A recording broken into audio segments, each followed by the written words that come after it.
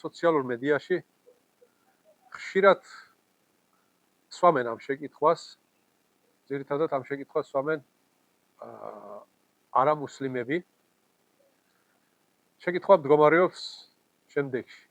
ყურანში წერია ასეთი რამე, რომ ბოლო ჟამს იესო დედამიწაზე დაბრუნდება და ადამიანებს განსჯის. და როგორ ადამიანების განსჯა მხოლოდ ღმერთს შეუძლია. რა კი ყურანში წერია, რომ იესო დაბრუნდება და ადამიანებს განსჯის, ესე იგი ის ღმერთი გამოდის, ამის თქმა უნდათ, პირდაპირ კითხვაში ასე არ აკონკრეტებენ, მაგრამ კითხვის ლოგიკიდან ამას ვგებულობთ. ეს შეკითხვა ხშირად შემხდა, ხშირად ჩემთვისაც დაუსვამთ, ან სხვისთვის დაუწერიათ კომენტარებში და ასე შემდეგ. ამ ბოლოსაც კიდევ ერთ-ერთმა დაწერა ეს შეკითხვა და ვფიქრობთ, რომ ვინმეს რამეში გამოიჭერს და შესაბამისად მათი ესე იგი ხედვა, რომელიც არის, რომ იესოს გაღმერთება, იესოს ღმერთად აღიარება გამართლდება ყურანითაც. თუმცა ყურანის ძალიან ბევრი აიათი სწორედ იმაზე არის მიძღვნილი, რომ ის არ არის ღმერთი, ის არის ადამიანი, ძე მარიამისა და არა ძე ღვთისა, როგორც თვითონ ამბობენ. ყურანის ძალიან ბევრი აიათი ამას ხაზგასმით და ცხადად და მკაფიოდ აღნიშნავს. რაც შეეხება იესოს მეორედ მოსვლას, ამის შესახებ ყურანში ცხადად და გარკვევით არაფერი არ წერია. არის 2-3 აიათში მინიშნება ამის შესახებ, რომელზეც ისლამის სწავლულები განმარტების დროს ამბობენ, რომ ეს მინიშნება გულისხმობს იესოს მეორედ მოსვლას. ამათგან ერთ-ერთი არის ის არის ყიამეთის დადგომის ნიშანი. და ვინ არის ის? ყურანში წერია დაუკონკრეტებლად, ის არის ყიამეთის დადგომის ნიშანი. და ისლამის სწავლულები სწორედ ამ აიათის განმარტებისას ამბობენ, რომ ის არის იესო. აისა ალეიჰის-სელამი, რადგანაც ის ბოლო ჟამს, ანუ ყიამეთის წინ ჩამოვა, ყიამეთის დაწყების ან უკვე დაწყების პირას ყოფნის ერთ-ერთი დიდი ნიშანია. ის რომ ყიამეთის დროს, ყიამეთის წინ დაბრუნდება, ამის შესახებ შუამალ ალეისალათუ-ვესალამის ჰადისებში საკმაოდ ვრცელი ინფორმაცია არის გადმოცემული, მაგრამ კონკრეტულად ყურანში დასახელებით გარკვევით და მკაფიოდ არ არის. ეს არის აიათებში მინიშნება, რომელიც რომ შეიძლება სხვანაირადაც განიმარტოს და იმ შინაარსითაც განიმარტოს, რომელსაც ეჰლი სუნნეთის სწავლულები აკეთებენ, რომ ის დაბრუნდება, მაგრამ იმ აიათში მსგავსი რამე არ წერია. რაც შეეხება ჰადისებში, არც ჰადისებში არ წერია, რომ ის დაბრუნდება და ადამიანებს განსჯის როგორც ღმერთი. შენ ცოდვილი ხარ, შენ საჯენნეთო ხარ, შენ საჯეჰენემო ხარ, ასეთ განსჯაზე არც ერთ ჰადისში არ არის საუბარი.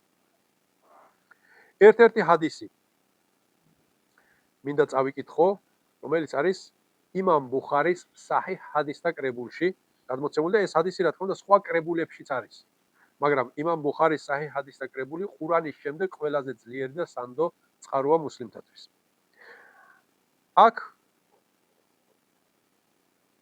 3448 ნომრით მოყვანილი ჰადისი არის აბუ ჰურეირასგან გადმოცემული რადიალლაჰუ ანჰ, ყალა რასულულლაჰი სალლალლაჰუ ალეიჰი ვესელემ, რომ ალლაჰის შუამავალმა თქვა, ვალლაზი ნაფსი ბიედიჰი, ფიცავ მას, ვისაც ხელთ უყრია ჩემი სიცოცხლე. შუამავალი იფიცება. ლეიუშეკენნე ენ յանზილე ფიკუმ იბნუ მერიემე ჰაკამან ადლენ. ძალიან ახლოს არის ის დრო, როდესაც თქვენს შორის ჩამოვა მარიამის ძე სამართლიან საჯულად. ერთ-ერთი ჰადისი, რომელიც შეიძლება რომ იმ შინაარსთან ახლოს იყოს და შეიძლება ადამიანმა შეეცადოს რომ სხვანაირი ინტერპრეტაცია მისცეს, ეს ჰადისი. აქაც შუამავალი სალლალლაჰუ ალეიჰი ვესელემ ბრძანებს, რომ ერთი ხაზგასმით მარიამის ძე არის ამის ძე, ანუ ადამიანი. მეორე ის რომ სამართლიან მსაჯულად, სამართლიან მოსამართლე. და მოსამართლე ნებისმიერი ჩვენგანი შეიძლება იყოს. და რა გასაკვირია, თუ ალლაჰის შუამავალი იქნება მოსამართლე. მსაჯული იმას არ ნიშნავს, რომ დაბრუნდეს და ადამიანები დაახარისხოს, ვინ 60-ში წავიდეს, ვინ ჯოჯოხეთში წავიდეს, ვინ დაისაჯოს, ვის ეპატიოს. ამას აკეთებს მხოლოდ ღმერთი, უზენაესი. იესო, როდესაც დაბრუნდება, ამას არ გააკეთებს. ადამიანებს ჩვენ შორის, როცა დაბრუნდება, ის იქნება სამართლიანი მსაჯული. არ დაიჭერს რომელიმეს მხარეს, იქნება ობიექტური და სიმართლეს იტყვის, სამართლიანობას იტყვის. განსაკუთრებით სად ისტორიულად ისლამსა და ქრისტიანობას შორის არის დიდი თეოლოგიური პოლემიკა. კერძოდ, იესოს ბუნებასთან დაკავშირებით, რომ ის ადამიანია თუ ღმერთი.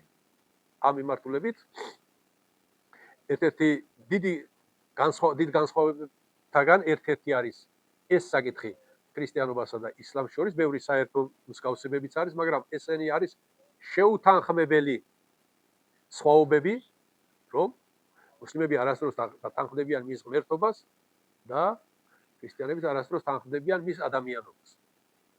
ეს ერთ-ერთი ყველაზე დიდი პოლემიკის საკითხი არის ამ ორ რელიგიას შორის.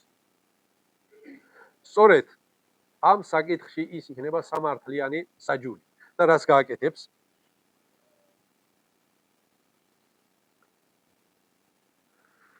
ფაიაქსერა სალიბე. ის როცა დაბრუნდება, ჯვარს დაამტევს. იმის ნიშნად, რომ ის არ აღიარებს და მის დროს ჯვარი არ ითვლებოდა მისი მიმდევრებისთვის სიწმინდით. შემდგომ გამოგონილია ამას თვითონ ქრისტიანებიც და ქრისტიანული ისტორიაც აღიარებს და ადასტურებს. და შუამავალი ისლამი ძანებს, რომ როდესაც დაბრუნდება, თუ კი თქვენ იმის გწამთ, რომ ის დაბრუნდება მუსლიმანური ვერსიითაც, მაშინ ამის გაგრძელებაც უნდა გწამდეთ, რომ ის დაამტვრევს ჯვარს. ვაიაყტულულ ხინზირე და მოკლავს ღორს. ანუ, რაც რომ ჩვენ შორის განსხვავებები არის და პოლემიკის სადავო საკამათო თემები არის, სწორედ იქ სიმბოლურ ნაბიჯებს გადადგამს, რომელიც აჩვენებს, რომ სად არის სიმართლე, სად არის სიმცდარი. აქედან გამომდინარე, ყურანში მსგავსი აეთი არსად არ წერია და არც შუამავალი ისლამის ჰადისებში არ არის ნახსენები, რომ ის მოვა და ადამიანებს განსჯის როგორც ღმერთი. იმედია, დამაკმაყოფილებელი და ამომწურავი იქნება ჩემი პასუხი. რა თქმა უნდა, ის ბოლოს ამ ქვეყნად დაბრუნების შემდეგ გარდაიცვლება როგორც ადამიანი და მიაბარებენ მიწას როგორც ადამიანი. მოდი ბარემ აქვე ამ საკითხს დავამატებ და გავშლი უფრო თემას, რომ ასევე ესეც ხშირად ასმადის შეკითხვა არის, რომ ისევ ისლამის მიხედვით მუჰამედი გარდაიცვალა, ხოლო იესო ზეცად ამაღლდა როგორც ცოცხალი ადამიანი და ამით რაღაც უპირატესობა ჩვენ, როგორც ყურანი ვასწავლის, შუამავლებს შორის არ ვანსხვავებთ არც ერთს. ყველას ერთნაირად ვაფასებ, ყველა ერთნაირად მიყვარს, არ ვამბობთ, რომ ის ამაზე მაგარია, ეს ამაზე უპირატესია, არ ვაჯიბრებთ ღვთისმოვლენილ შუამავლებს ერთმანეთს. ყველას თავისი მისია და სამსახური ქონდა. ავიღოთ ახლა ნაბიჯ-ნაბიჯ ეს საკითხი. ზეცაში ამაღლება ცოცხლად. ზეცაში შუამავალი სალლალლაჰუ ალეიჰი ვასალამის მირაჯის დროს ამაღლდა ზეცაში. ალლაჰთან. თუ ეს არის უპირატესობა, ის ამაღლდა ზეცაში. შემდგომ დაბრუნდა რა თქმა უნდა. იესოც ისლამის სწავლების მიხედვით განკითხვის ქვეყნიერების დაქცევის წინ დაბრუნდება და ჩამოვა. განსხვავება რა არის მათ შორის? მხოლოდ და მხოლოდ დროის ხანგრძლივობა. ერთი ცოტა მეტი ხნით დარჩა ზეცაში, მეორე გარკვეული ხნით გაჩერდა და შემდგომ ისევ დედამიწაზე დაბრუნდა. ჯამში ორივე დედამიწაზე დაბრუნდა. ჯამში ორივე გარდაიცვლება, რადგანაც ერთი გარდაიცვალა, მეორე როცა დაბრუნდება, შემდგომ გარდაიცვლება, რადგანაც ადამიანია და ალლაჰ სუბჰანაჰუ ვა თაალა ბრძანებს, რომ ჩვენ არც ერთი ადამიანი არ დაგვიდგენია უკვდავად. აქედან გამომდინარე ეს არ ითვლება უპირატესობად. ასევე იესო ახდენდა სხვადასხვა სასწაულებს, მათგან როგორც ყურანში არის ნახსენები, ერთ-ერთი იყო მკვდრების აღდგენა. თუმცა ყურანში სადაც საუბარი არის იესოს სასწაულებზე, ყველგან თან ახლავს რომ ალლაჰის ნებით, ანუ ალლაჰმა მისცა მას ამის ნება და ასეთნაირად მოახდინა ეს სასწაული და არა თავისი ნებით. რა თქმა უნდა, შუამავალ სალლალლაჰუ ალეიჰი ვესელემსაც ჰქონდა თავის დროზე სხვადასხვა სასწაულები. თუმცა ამ სასწაულებით ჩვენ არ ვცდილობთ, რომ ამ სასწაულებით რაღაცის უპირატესობის დამტკიცებას ვეცადოთ და რაღაც მანიპულირება მოვახდინოთ. რადგანაც თუ ადამიანს არ უხილავს, იმ დროს არ მოსწრებია, იმას ძნელია დაუმტკიცო, რომ ეს სასწაული ნამდვილად მოხდა. აქედან გამომდინარე, იესოსთან მიმართებაში ჩვენ ყურანი კარნახობს და ყურანი გვეუბნება, რომ ის ამ სასწაულებს ახდენდა. კურნავდა ბრმებს, კეთროვნებს, აცოცხლებდა მკვდრებს ალლაჰის ნებით. ჩვენ ყურანი გვწამს და აქედან გამომდინარე ეს კი არ გვინახავს. ამას მეცნიერულად ვერ დაასაბუთებ, ვერ ახსნ. უბრალოდ ჩვენ გვწამს ყურანისა. მაგრამ ჩვენ რომ თქვათ ყურანში მსგავსი რამე არ გქონოდა, ვერავინ ვერ დაგვიმტკიცებდა და ვერ დაგვისაბუთებდა, რომ იესო მკვდრებს აცოცხლებდა, ხო? იმიტომ რომ 2000 წელია მას გასული და დღეს შეუძლებელია ამის დამტკიცება. ამის მხოლოდ რწმენა შეიძლება. ამიტომ დიდ აზრს ვერ ვხედავ იმაში, ვისაც არ სწამს, იმას უხსნა, რომ მუჰამედ შუამავალმა ასეთი სასწაული მოახდინა, ისეთი სასწაული მოახდინა. ამაზე ყურადღების გამახვილებას ჩვენ ყოველთვის გვირჩევნია, რომ ვისაუბროთ იმ ჭეშმარიტებაზე, რაც ყურანმა გვასწავლა. ეს არის ერთღმერთიანობის ჭეშმარიტება.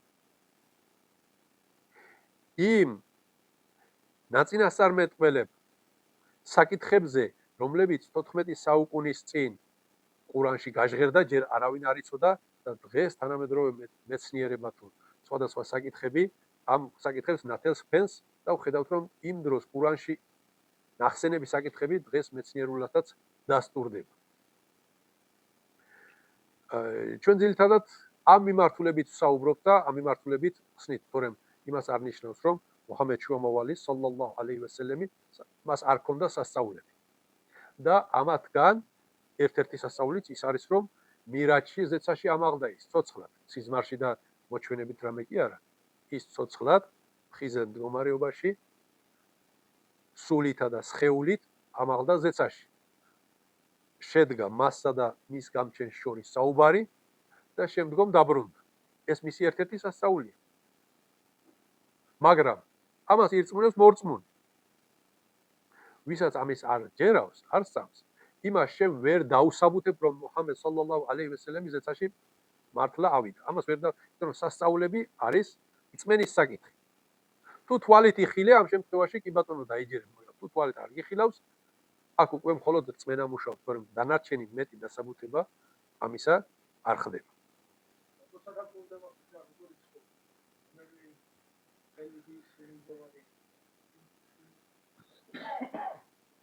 ისევ შუამავალ სალლალლაჰუ ალეიჰი ვესელემის ჰადისების მიხედვით ის დაბრუნდება და იქნება ამ უმმეთის ერთ-ერთი წევრი. მუჰამედ შუამავალ ალეიჰი ვესელამის სწავლების და მისი მიმდევრების ერთად იქნება ის. ისლამს, რა თქმა უნდა, მისი სარწმუნოებაც იყო ისლამი და ჩვენი სარწმუნოებაც არის ისლამი. ოღონდ ისლამი იმ გაგებით არა, რომ ისიც ყურანით ხელმძღვანელობდა. ისლამი, სიტყვა თვითონ ისლამი ნიშნავს მორჩილებას. ვის მორჩილებას? ერთი ღმერთის მორჩილებას. და ის დიახ, ის იყო ერთი ღმერთის მორჩილი. ის ასწავლიდა მშვიდობას. ისლამი ასევე მშვიდობასაც ნიშნავს. ის იყო ერთი ღმერთის მორჩილი და ქადაგებდა მშვიდობას. და ისლამის ფუძე სწორედ ეს გახლავთ, ერთი ღმერთის მორჩილება. ამ გაგებით ისიც მისი რელიგიაც იყო ისლამი და ისიც ისლამის მიმდევარი.